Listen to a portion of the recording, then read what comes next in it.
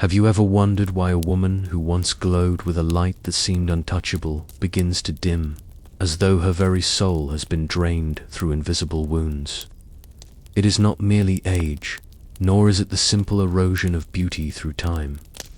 It is something far more insidious, a quiet alchemy that happens in the chambers of the heart, when love is given to the wrong altar, when the feminine essence bends too far in sacrifice, and the spirit is made to bleed for affection that does not reciprocate in equal measure.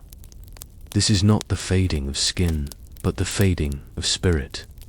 And spirit, once dimmed, reflects in the eyes, in the voice, in the way the body carries itself. For a woman, beauty is not only symmetry and softness.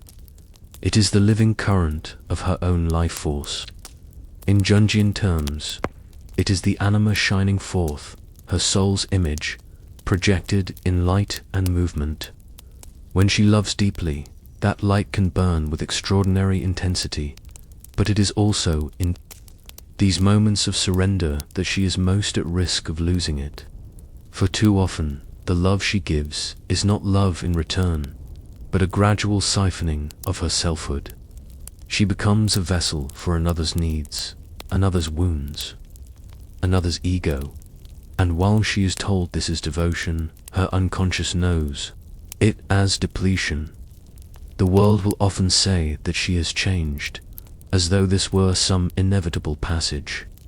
They do not see the psychic transaction taking place beneath the surface, the slow absorption of her vitality into the life of the man she has chosen, the quiet suppression of her instincts to avoid his disapproval, the repeated silencing of her truth for the sake of keeping peace.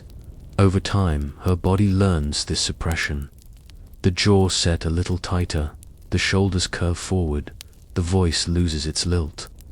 The woman who once walked like the world belonged to her, now moves as if she must apologize for existing. And you, perhaps, have seen this in yourself. How you once dressed for the joy of your own reflection, yet now dress for the comfort of another. How your laughter once burst out without calculation, but now waits for permission.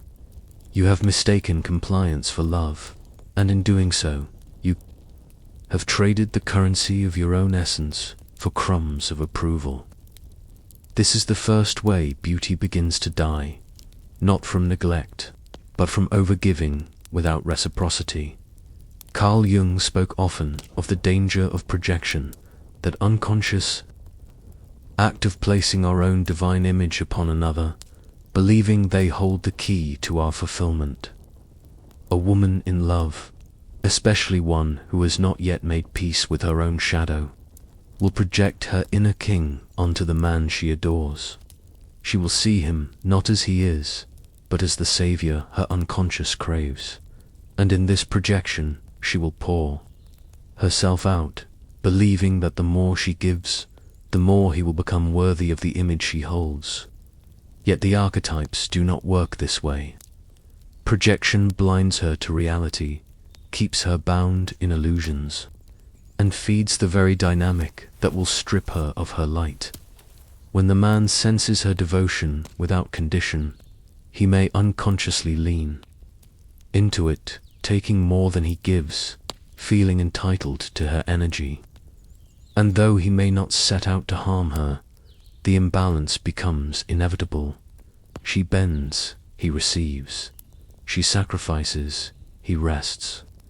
She loses herself in tending to the relationship, while he grows accustomed to her depletion. What neither sees at first is that this is the beginning of a psychic death, the slow burial of her own sovereignty from the outside.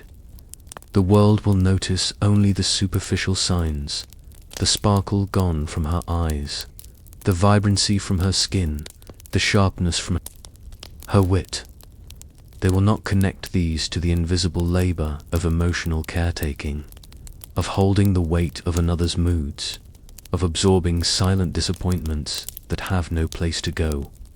Beauty fades here not because she is less beautiful, but because She is no longer fully alive in herself. Her radiance has been mortgaged to sustain a love that costs more than it returns. And here is the cruelest twist. Often, the more she gives, the less she is valued. For beauty that comes from overgiving is seen not as a gift, but as a resource to be exploited. The man may still speak of her beauty in past tense, wondering aloud where it went, never realizing that it was his taking without giving that dimmed it. In this way, her loss becomes invisible, even to herself, until she wakes one day and does not recognize the woman in the mirror.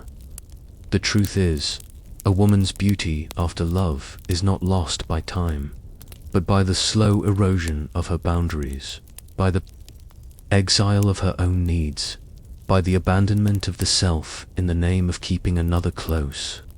It is the cost of loving without anchoring that love in self. And until she turns inward, until she reclaims the pieces she gave away, the mirror will continue to reflect the hollowing dot in the hidden corridors of the psyche. A woman's beauty is less about the perfection of form and more about the harmony between her inner world and her outer expression. When that harmony fractures, the fracture shows, not always in obvious ways, but in the subtleties that others sense before they can articulate. It is in the way her eyes no longer meet the world with unguarded openness, the way her smile arrives delayed, as though traveling through a labyrinth before it can reach her lips. Jung would tell us that the feminine soul carries within it an instinctive knowing, a compass tuned to truth. But when love begins to corrode that truth, when a woman bends to the will of another so consistently that her own will becomes a ghost, the compass spins wildly. She begins to distrust herself. In this state, she is vulnerable to the most dangerous of feminine wounds, the belief that her value is determined by how much she is wanted.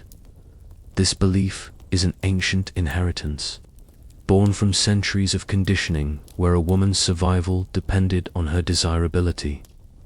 It is no small thing to strip this from the unconscious. It is woven into the shadow, layered in myths and family patterns, reinforced by every story where the maiden's worth is confirmed only when chosen by the prince. Even now, in modern cities with skyscrapers and steel, this myth runs deep in the blood. A woman who has not done her shadow work will carry it unknowingly, and in love, she will sacrifice her own light to keep the attention of the one who once desired her. You may think you are immune to this, that you are too to fall prey to such an archetype. But awareness is not immunity. It is merely the lamp that shows the trap before you step into it. Without the discipline to walk around it, you will still find yourself caught, rationalizing why you stay, why you give more than you receive, why the growing emptiness inside you is just a phase. This is the insidious nature of the wound. It convinces you that your depletion is proof of your devotion.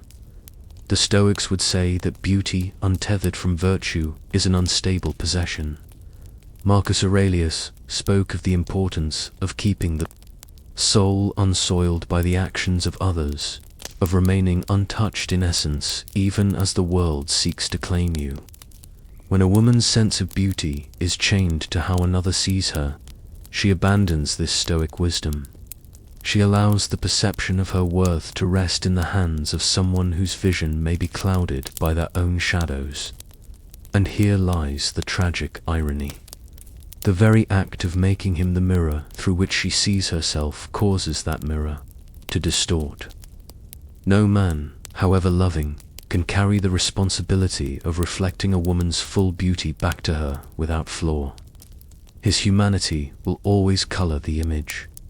When she gives him that power, she inevitably receives a fractured reflection, and over time, she begins to believe the fracture is hers. Her body absorbs this belief. The brightness in her skin dulls not from the passing of years, but from the low-grade grief of self-abandonment. The way she moves shifts, less fluid, less certain, as if she must check her own shape before taking up space.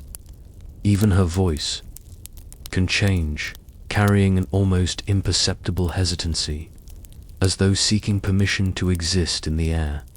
But make no mistake, this is not weakness. This is the body's way of signaling that the inner and outer selves have fallen out of alignment. Just as a plant deprived of sunlight turns pale and frail, a woman deprived of her own self-love begins to lose the vitality that once made her magnetic. And no cosmetic, no external affirmation can restore it until she turns to face the shadow and gather back what she has scattered. There is a reason that women who reclaim themselves after heartbreak often appear more beautiful than before. Not because the heartbreak was a gift, but because in retrieving the self, they realign with the source of their true radiance. Beauty, in its deepest sense, is sovereignty embodied. It is the calm in the eyes of a woman who knows she belongs to herself first. If you have felt this dimming, know that it is not permanent. The feminine essence is not something that can be destroyed, only hidden. It waits beneath the rubble of compromises and unspoken resentments, ready to rise the moment you stop trading yourself for love that demands your diminishment. The question is not whether you can get your beauty back. You can. The question is whether you will stop giving it away. There is a subtle violence in the way love can strip a woman of her light when it demands that she become less than she is. It is not the loud, explosive violence that leaves visible scars, but the quiet, daily erosion of her sense of self. 1,000 small concessions, each so slight they seem harmless in isolation. She lets him decide where they go, what they do, how the evenings are spent. She swallows her discomfort to avoid conflict. She tells herself it is kindness, compromise, maturity. But beneath the surface, the feminine soul is keeping a ledger. And every time she silences herself, a part of her vitality slips away. The unconscious is not fooled by good intentions. It knows when the truth is being withheld, when instincts are ignored. Jung would say that the shadow grows fat in these silences, feeding on all that is unspoken. And when the shadow swells, it begins to seep into the body, the face, the posture. The woman begins to carry herself differently, not with the free, instinctive grace of one in harmony with her truth, but with the stiffness of someone forever, checking the emotional weather in another's eyes before she can move. This change is visible even to strangers. The vibrancy that once radiated from her has dulled, replaced by a cautiousness that is hard to name but easy to feel.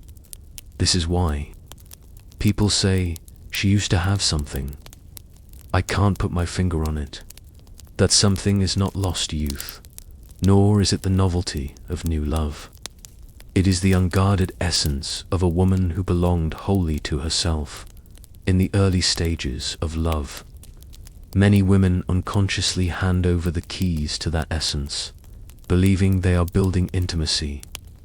But intimacy without boundaries is not intimacy at all. It is a slow assimilation into another's reality. And as the Stoics remind us, to give away what is most essential is to invite inevitable suffering. Seneca wrote that the one who depends on another's approval has made themselves a slave. Even if the chains are made of gold, the feminine beauty that captivates is born of freedom, the freedom to speak, to move, to feel without self-censorship.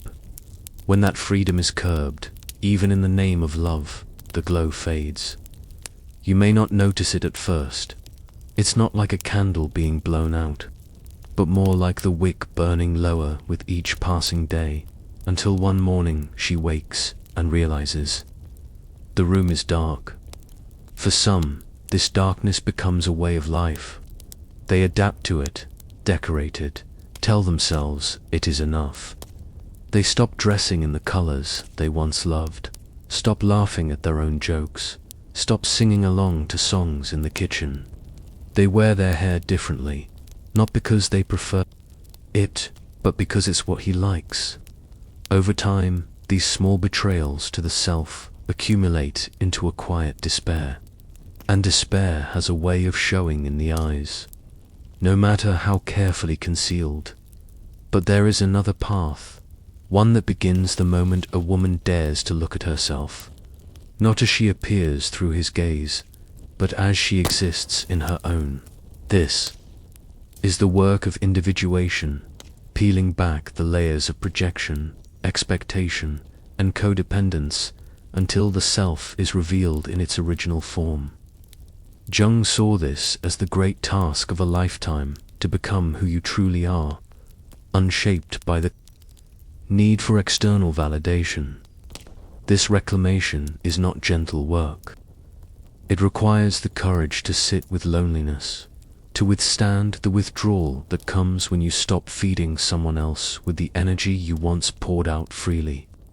It requires a confrontation with the fear that without his love, you will be nothing, and to discover that the truth is the opposite. Without your own love, no one's love will ever be enough. When a woman begins to walk this path, the change is slow but profound. Her posture shifts first, shoulders back, chest open, as if she is remembering that the world is not hostile ground. Her eyes regain their clarity, no longer scanning for signs of displeasure, but resting, unafraid, in the gaze of others. And, most telling of all, her beauty takes on a different quality. It is no longer the fragile beauty that depends on being wanted, but the unshakable beauty of being whole. You may not realize it, but this is the moment when she becomes most magnetic. Not because she is trying to attract, but because she no longer needs to. And that, more than anything, is the kind of beauty that cannot be taken away. There is a paradox at the heart of feminine beauty. The more a woman tries to preserve it, for the sake of another, the more it slips from her grasp. Yet when she releases the need to be seen, it returns with a power that cannot be faked. This is because true beauty, the kind that arrests the soul, is not an ornament but a frequency, and frequency cannot be maintained under the weight of self-betrayal. When love becomes a performance, the energy shifts. She begins to anticipate his preferences before her own desires have even formed. She edits her words mid-sentence, replays conversations in her mind, and adjusts herself like a mirror rearranged to flatter its viewer. In this, she begins to live in exile from her own spontaneity. The body knows this exile. It tightens, it restrains, it dulls the sparkle that once danced in the eyes. No amount of makeup or new dresses can replicate what is lost when a woman stops living from her center. Jung would have called this the anima in captivity, the soul image trapped behind the bars of another's expectations. When the anima is bound, the psyche revolts in subtle ways, through restlessness, through disinterest in life, through a strange fatigue that no rest can cure. The revolt is the soul's plea for freedom, but if it goes unheeded, the woman will sink deeper into a quiet numbness, mistaking it for stability. You may have noticed this in women you've known, how their radiance dimmed after they committed themselves to a love that required them to shrink. They may still be beautiful in the conventional sense, but something essential is missing. The aura that once made heads turn has thinned. Their presence no longer commands the room. This is not vanity, it is energetic law. When the life force is diverted away from the self and into the endless work of managing another's emotional world, beauty fades because the current that fuels it has been redirected. The Stoics warned of this kind of entanglement. Epictetus wrote that you should not give your peace to another's keeping. For what is outside your control can never be secure. The same is true for beauty. If your radiance is tethered to how someone else sees you, it will wax and wane with their moods, their attention, their approval. Such beauty is fragile, easily shattered. There is another kind, however, a beauty rooted in what Jung called individuation, the process of becoming whole within oneself. This beauty does not depend on the gaze of others, and thus it cannot be dimmed by neglect or betrayal. It is the beauty of the woman who has turned inward, confronted her shadow, and made peace with every part of herself, even the ones the world told her to hide. In her, there is no performance, no calculated charm. She is not being beautiful, she is simply being bad, and in that being, the energy that once leaked away in the service of others now gathers and radiates outward. This is why people speak of her as having a glow, even if they cannot pinpoint its source. It is the glow of self-possession, of a life lived in alignment with one's own truth. But to reach this place, she must first face the grief of all she has lost in love, not just the relationship itself, but the parts of herself she abandoned to keep it alive. This grief is not weakness, it is the fire that will burn away the illusions. To resist it is to remain in the half-light, forever dimmed. To embrace it is to step into the crucible where the old self dies and the new one is forged. Many women fear this death, but those who walk through it emerge with a beauty that no man, no rejection, no passing of years can touch. Their eyes no longer search the crowd for recognition. They look inward, and in doing so, they shine outward. Their smile is no longer an offering. It is an expression of the joy that exists whether or not anyone is watching. And perhaps the most liberating truth is this: once a woman has reclaimed her beauty from the grip of another's gaze, she realizes it was never truly lost. It had only been waiting for her to turn her face back toward her own light. When a woman begins to reclaim her light, the transformation is not just visible, it is felt. People sense it before they consciously see it. The air around her changes. The subtle tension that once lived in her shoulders dissolves. Her movements regain a rhythm that belongs to no one but herself. She no longer walks into a room seeking approval. She moves as though the ground is hers by birthright. This shift, this reclamation of self, is not vanity. It is the restoration of a birthright stolen when she was taught that love must be earned through sacrifice. The old self, the one who smiled through discomfort, who bent her desires to fit the shape of another's, does not disappear overnight. She lingers like a ghost, whispering reminders of the habits that once kept her safe. But safety was a lie. It was simply the absence of conflict bought with the coin of self-abandonment. Jung would call this the moment of confronting the shadow directly, when the woman sees the parts of herself she had banished in order to be loved, and realizes they were not flaws, but fragments of her wholeness. Here, the work becomes deeper. It is not enough to move on or focus on yourself in the shallow way the world prescribes. She must descend into the places where her worth was first questioned, the childhood echoes, the ancestral wounds, the unspoken agreements she made long before this love story began. The woman who dares to go there learns that her beauty was never about pleasing the eye. It was about embodying the full spectrum of her being without apology. And when she begins to embody that spectrum, something remarkable happens. The energy she once poured outward into someone else's validation begins to circulate within her. It feeds her mind, her body, her spirit. Her skin glows not from creams or powders, but from the cellular memory of being nourished by her own approval.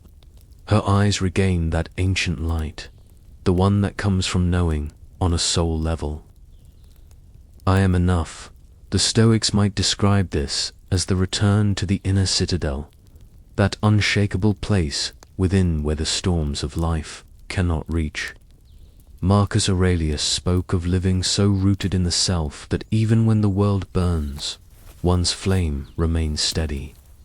For the woman who has reclaimed her light, this citadel is beauty's true home. She is no longer swayed by the tides of someone else's love or the withdrawal of it. She stands in the center of her own existence, and from that center her radiance flows.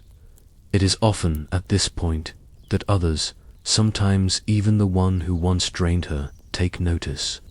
They see her transformation, feel the shift in her presence, and may try to re-enter her orbit. But now the rules have changed. She does not burn herself to keep others warm. She does not contort herself to be chosen. She understands in her bones that love given in exchange for self-betrayal is not love at all. This is when her beauty takes on its most potent form, not the delicate, easily broken beauty of youth or infatuation, but the tempered beauty of a woman who has walked through fire and come out gleaming. There is steel beneath her softness now, a boundary around her light. It is not a wall to keep love out, but a gate through which only the worthy may pass. And in this space, she attracts differently. No longer drawing in those who feed on her giving, she calls to those who can meet her as an equal. Her beauty no longer makes her prey to admiration without depth. It becomes a filter that reveals who can stand in the presence of her wholeness without flinching. She realizes, perhaps for the first time, that beauty was never meant to be her currency. It was meant to be her expression. And when it is no longer tied to survival, it becomes infinite. She can give it freely, knowing it will not diminish her. She can withhold it without fear of losing herself. This is the moment the cycle breaks, when a woman, once dimmed by love, now shines brighter than ever, not because she was saved, but because she chose to save herself. There comes a moment when the woman who has journeyed through loss, disillusionment, and the quiet funeral of her old self begins to realize that beauty, as the world defines it, was never hers to begin with. It belonged to the collective gaze, to the projections of lovers, to the myths handed down from mothers to daughters about how to be wanted, how to be chosen, how to stay. And in that realization, she feels the weight of 1,000 invisible hands releasing their grip from her shoulders. She is lighter now, not because she has gained anything new, but because she has shed what was never hers. This is the essence of individuation, the recognition that she was whole all along, and that the fragments she chased in others were simply pieces of herself she had forgotten. Jung taught that we meet ourselves in the mirror of the other, and for many women, love becomes that mirror. But when the mirror distorts, showing only the parts deemed acceptable, she learns to curate her reflection. Over time, the curation becomes a mask, and the mask feels safer than the naked truth, until one day the mask cracks, and in the shards, she sees her own eyes staring back. In that instant, the question changes. It is no longer how can I be beautiful for them, but how can I be true for me? The shift is seismic. What she once considered beauty, the careful arrangement of self to fit another's desire, now feels hollow, even absurd. The beauty she seeks now is raw, unpolished, and rooted in her aliveness. It does not ask permission, it does not negotiate, it does not apologize. The Stoics would call this alignment with nature, living in accordance with one's true form, uncorrupted by external demands. Epictetus spoke of the freedom that comes when we stop wishing to be what we are not, and instead embrace what is ours by nature. For the woman emerging from the ashes of self-betrayal, this is not just philosophy, it is salvation. And yet, there is still a reckoning. The world is not kind to women who stop performing beauty in the way it expects. Friends may remark that she's changed.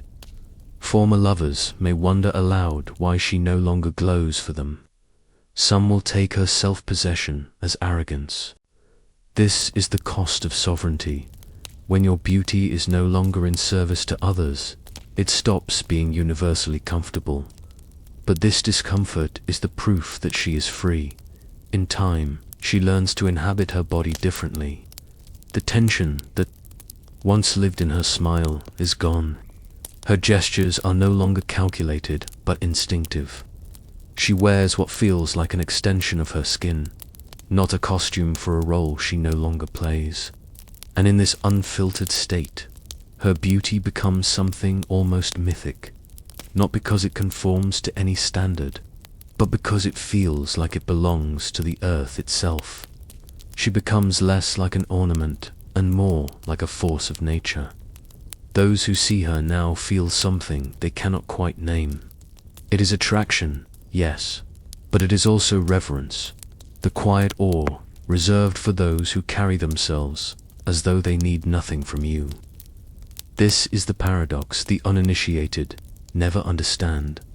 The less she needs to be wanted, the more magnetic she becomes, not because she withholds, but because she is whole. And if you look closely, you will see the final mark of her transformation in her eyes. They do not search the horizon for a savior. They rest, steady and unflinching, in the present. They are not hardened, but they are no longer naive. They have seen what it costs to give away one's light, and they have chosen never to pay that price again. Here, at last, beauty is no longer a fragile possession to be maintained or a weapon to be wielded. It is the natural byproduct of living. In truth, it cannot be stolen, diminished, or aged out of existence. It expands as she expands, deepening like the lines on her face, each one a record of her refusal to disappear. And so the truth reveals itself. She never really lost her beauty after love. She simply stopped recognizing it when she mistook love for self-virasha. Now, with the mask discarded and the self restored, she stands not as the maiden seeking to be chosen, but as the sovereign who chooses. The woman who knows her worth doesn't chase, she chooses.